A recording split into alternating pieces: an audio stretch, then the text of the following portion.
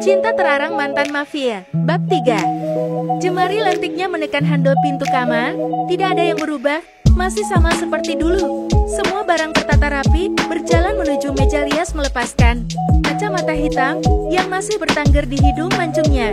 Terdiam beberapa saat menatap manik matanya itu.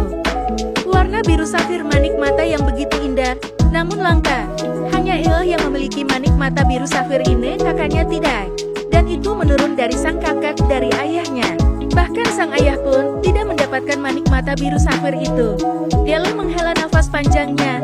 Sangat disayangkan manik mata yang begitu cantik ini harus disembunyikan. Gumamnya pelan. Ella lupa sewaktu berkunjung ke makam sang ayah lupa mengenakannya.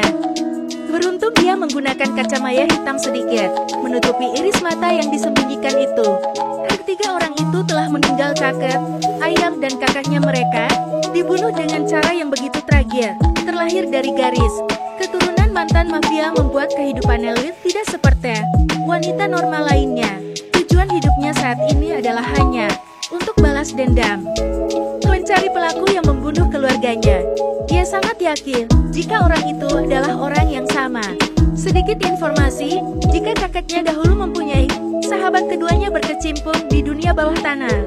Dulu mereka sangat akrab sampai satu masalah membuat mereka salah paham dan berujung pertumpahan darah hingga saat ini.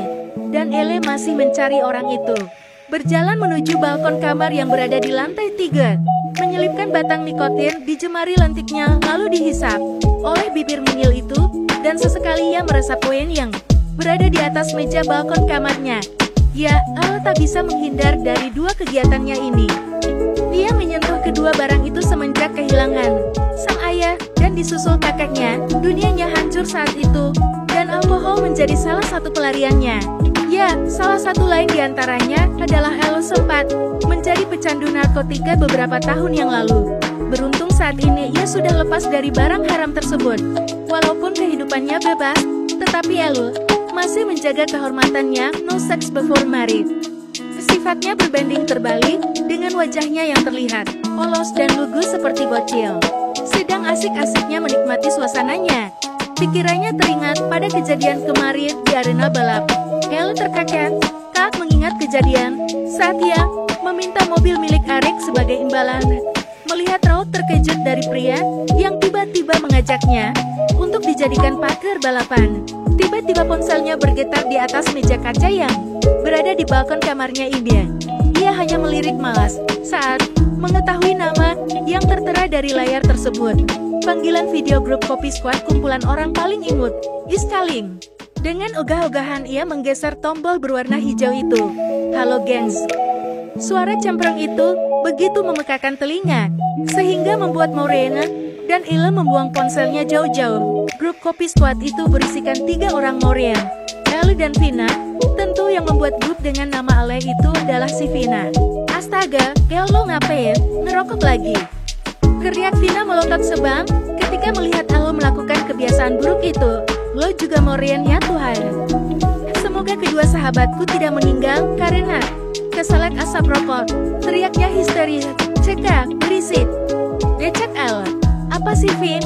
Malam-malam gak usah teriak-teriak anjir. Morel menggerutu sebal. Halo, siapa bilang ini siang bolong Maguna? Gue itu penasaran banget kira-kira Arik tampanku itu beneran ngasih mobilnya gak sih? Kalau menurut gue sih kayaknya bakalan ngasih dah. Soalnya yang gue tahu dia tipe laki-laki yang menepati janji. Jawab Morene. Ya. Bagus dong kalau pria itu ngasih mobilnya. Ntar gue jual terus buat beli ciloknya Mang Dadang di alun-alun kota. Jawab lalu dengan antangnya. Najung banget El, kenapa harus pakai mobil segala sih? Wah gue, mana lagi makan puding lagi gue. Teriak kesal Vina di seberang sana membuat Maureen dan El terkekeh.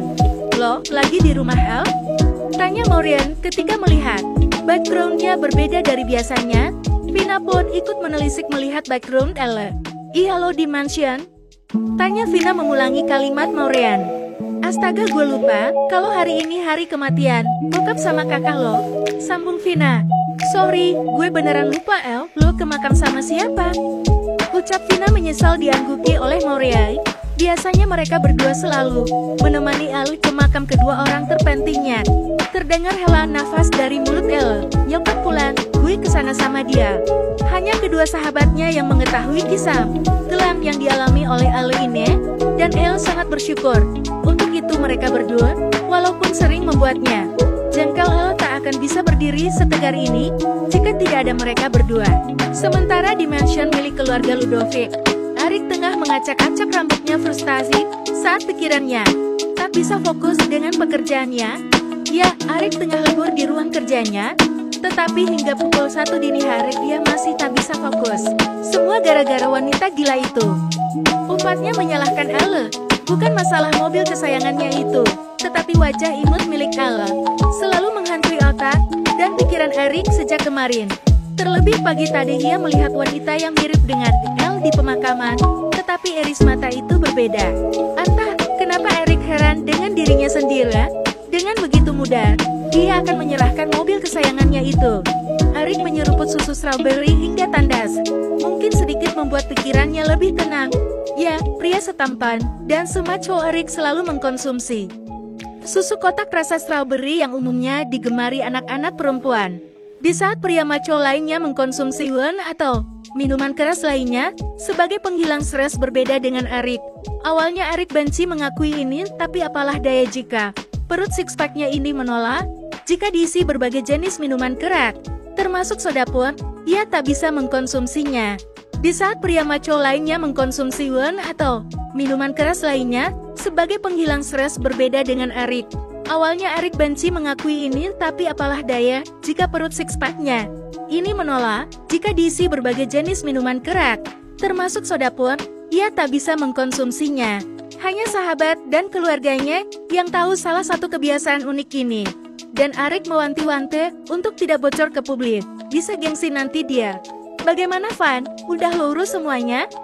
Tanya Arik kepada Devano di seberang sana. Semua sudah beres?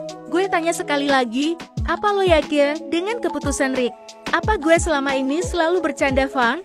Lo tau gue kan, pantang untuk gue untuk ingkar janji. Jawabnya tegas, tapi potong Devano di seberang sana, lo hanya perlu menurut Van. Terdengar hela nafas di seberang sana, gue harap lo gak menyesal. Ujar Devano memperingati.